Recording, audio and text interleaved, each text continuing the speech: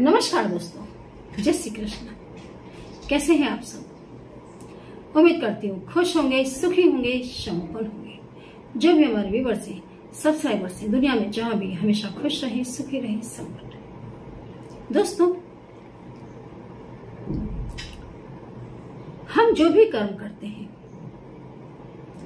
बहुत ही ज्यादा हमें उसका नॉलेज होना चाहिए कि इन कर्मों का फल क्या है।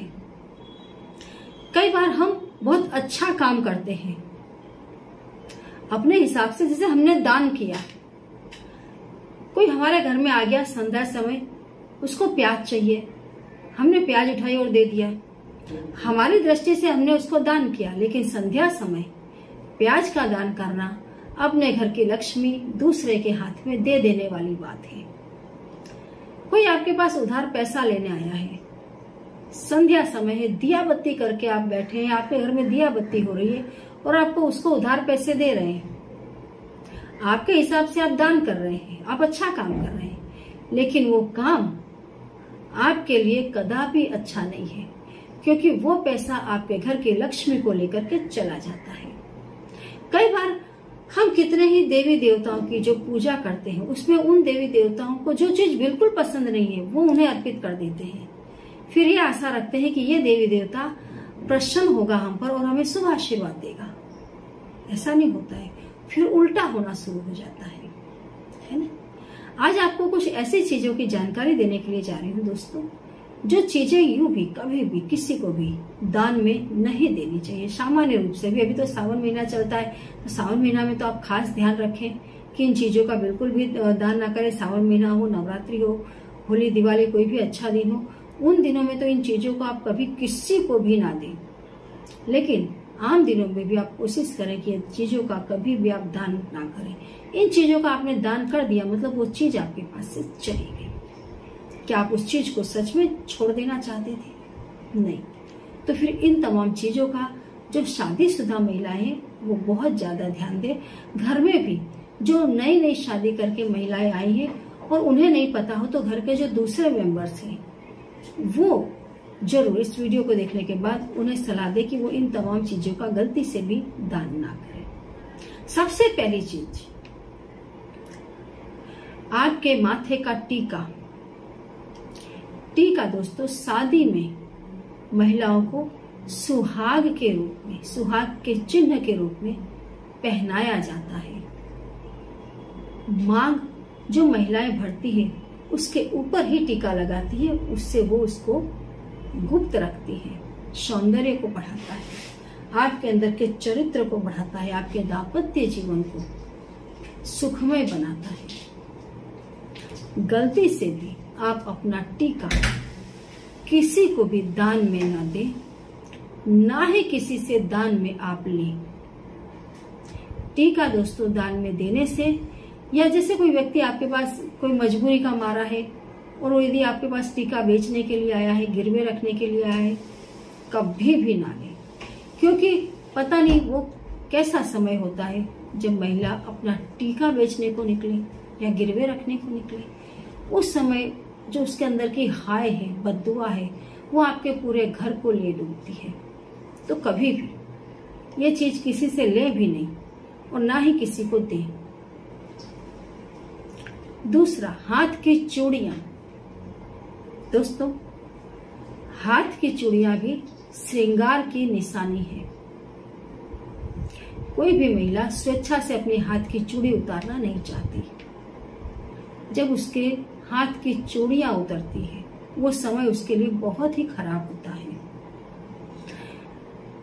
या वो सुहागिन है लेकिन फिर भी उसको चूड़ी बेचने का, गिरवे रखने का मौका, समय आ गया, वो समय उसके लिए बहुत खराब होता है।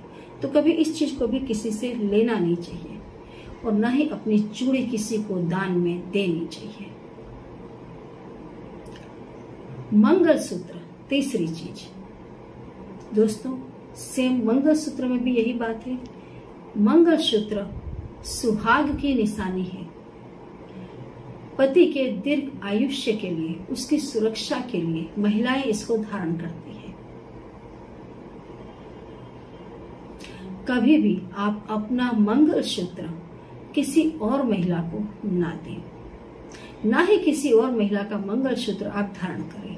कितनी बार ऐसा होता है, तू मेरी ये चीज पहन ले, मैं तेरी ये चीज पहन लूं, है ना।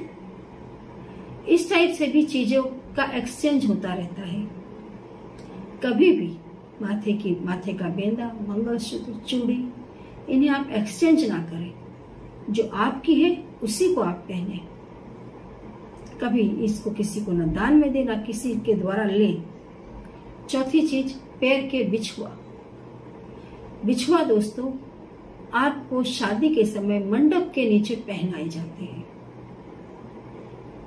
बिछुआ महिला तब तक धारण करती है जब तक वो सुहागिन है। बिछुआ करवा चौथ की रात को चेंज किए जाते हैं। कभी भी ये चीज किसी को ना दे, ना किसी से ले।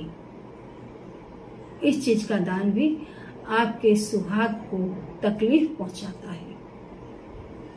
और दोस्तों, पैर के पायल आपके घर की खुशियों को बढ़ाता है। देखना, जब महिला पैर में पायल पहनकर चलती है तो जो उसकी झनकार है उससे पूरे घर में पॉजिटिविटी फैलती है, पैरों की सुंदरता बढ़ती है। पायल पहने हुए पैर बड़े सुंदर लगते हैं, है ना। यह आपके सौंदर्य की निशानी है। ये आपके शुभ शकुन, आप किसी चीज को, जैसे कोई नई दुल्हन आई, घर में प्रवेश कर रही है तो अपने पैरों से वो चावल गिराती है जमीन में, तब वो एंटर होती है। कन्याएं जब घर में जन्म लेती है और उनके आते ही अच्छा होता है तो माता पिता उसके पैर के जो पंजे हैं उसको कुमकुम वाले करके कपड़े में उसको छाप लेते हैं और उसको हमेशा धन स्थान में रखते हैं ताकि घर का धन कभी खत्म ना हो। ये जो आपके पैर के पंजे हैं, इसकी शोभा ही पायल बढ़ाती है। पायल पहनने से घर में रौनक आती है, खुशियां आती है, सौंदर्य बढ़ता है। इस चीज को कभी भी आप दान में ना दें। ऐसा करने से घर की खुशी चली जाती है, सौंदर्य में कमी आ जाती है, वैधव्य योग बनते हैं। तो इन तमाम चीजों पर आप गौर करें। ये चीजें ना कभी किसी को दान में दें, ना किसी से लें। बहुत ही अच्छी जानकारी है। हमेशा इन चीजों का ध्यान रखें, उपाय को करते रहें और हमेशा खुश रहें। जय श्री कृष्ण।